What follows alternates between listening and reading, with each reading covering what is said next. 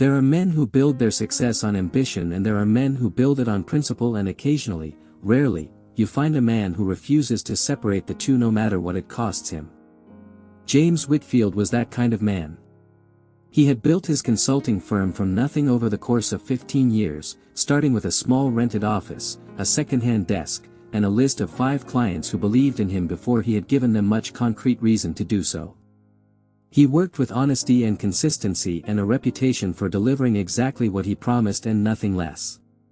By the time he was 42 years old, his firm had grown into one of the most respected in the industry, his name carried genuine weight in business circles across the country, and he had provided well for his wife Eleanor and the life they had built together with patience and shared sacrifice over many years.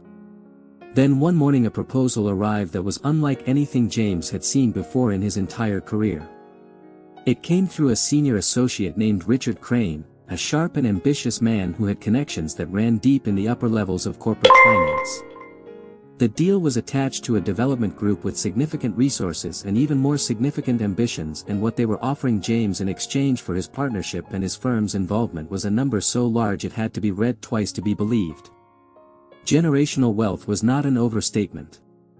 His children's children would never want for anything. He would never have to work another day in his life if he chose not to.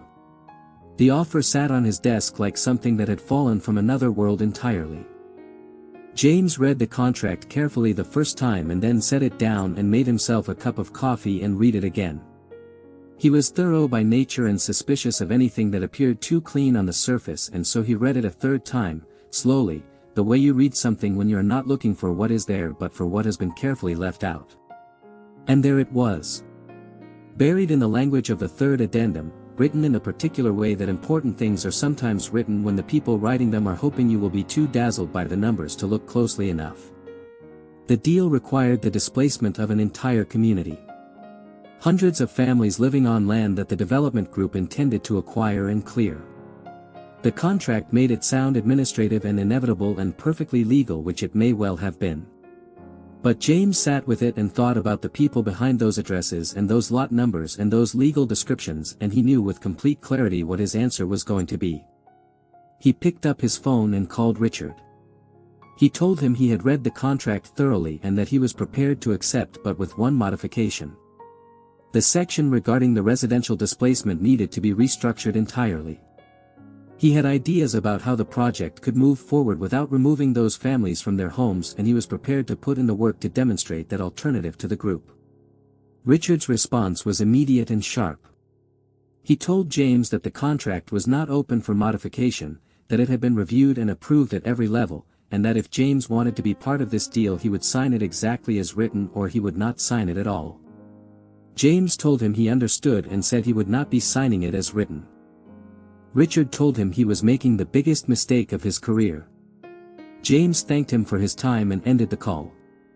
The consequences came faster than even James had anticipated. Within days word had spread through his professional network that he had walked away from the deal, and the story that traveled was not a flattering one. In the world of high finance, a man who disrupts a deal of that magnitude for reasons that cannot be easily quantified in a spreadsheet is not admired. He is viewed with suspicion. Rumors attached themselves to his name like burrs, suggestions that he was unstable or difficult, or that there were deeper problems with his firm that the deal had exposed.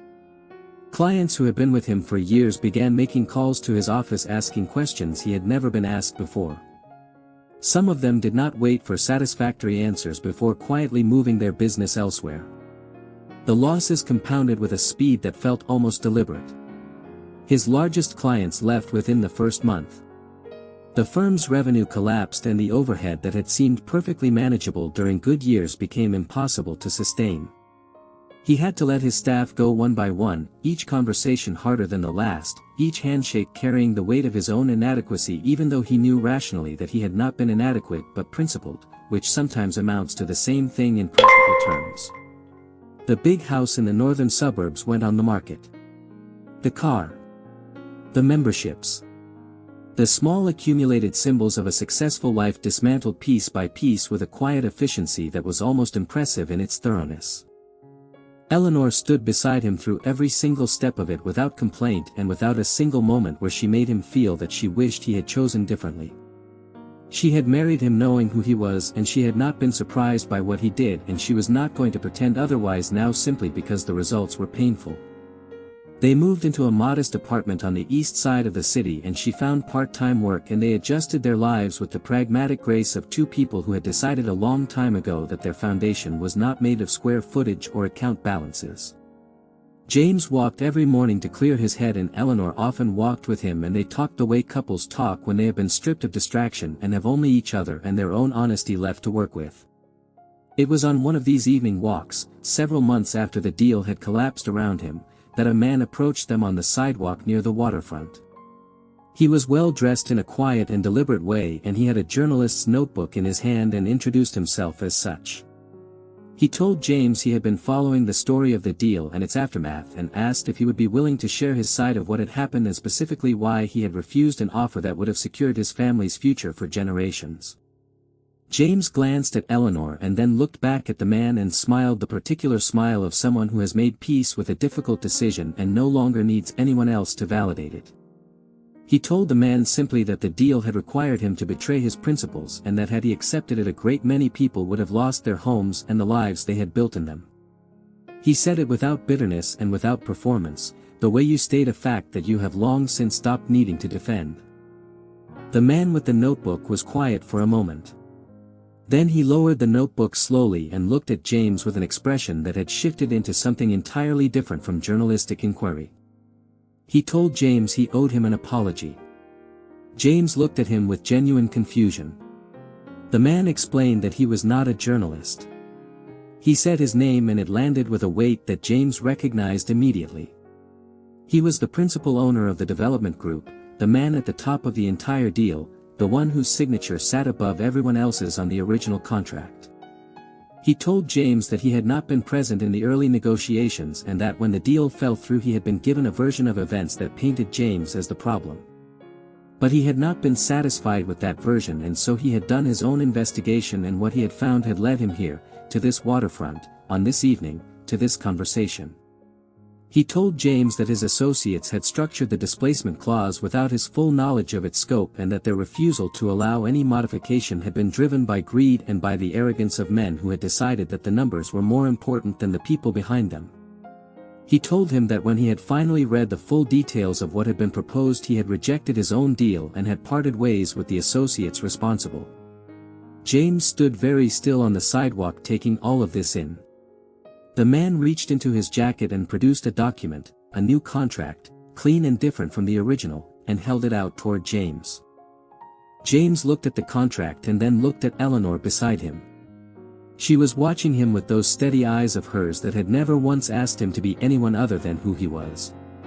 He thought about everything the past several months had cost them. The house and the clients and the reputation and the long slow work of rebuilding that still lay ahead.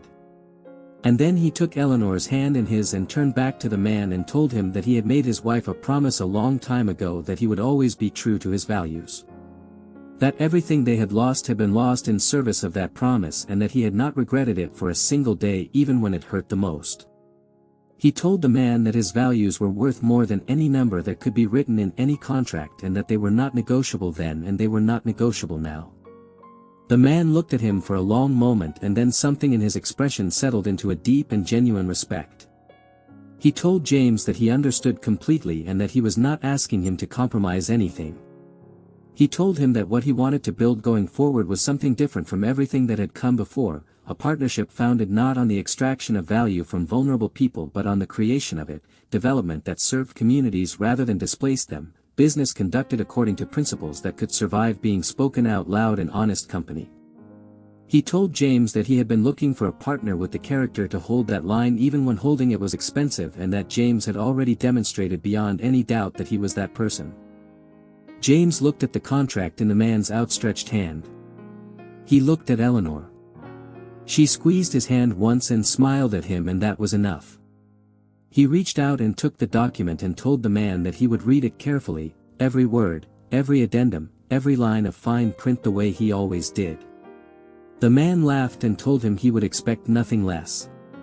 The three of them stood on the waterfront as the evening light came off the water and talked for a long time about what they might build together and what it might mean for the people it touched and the kind of future that becomes possible when the people making decisions decide that their character is the one thing they will never put on the table.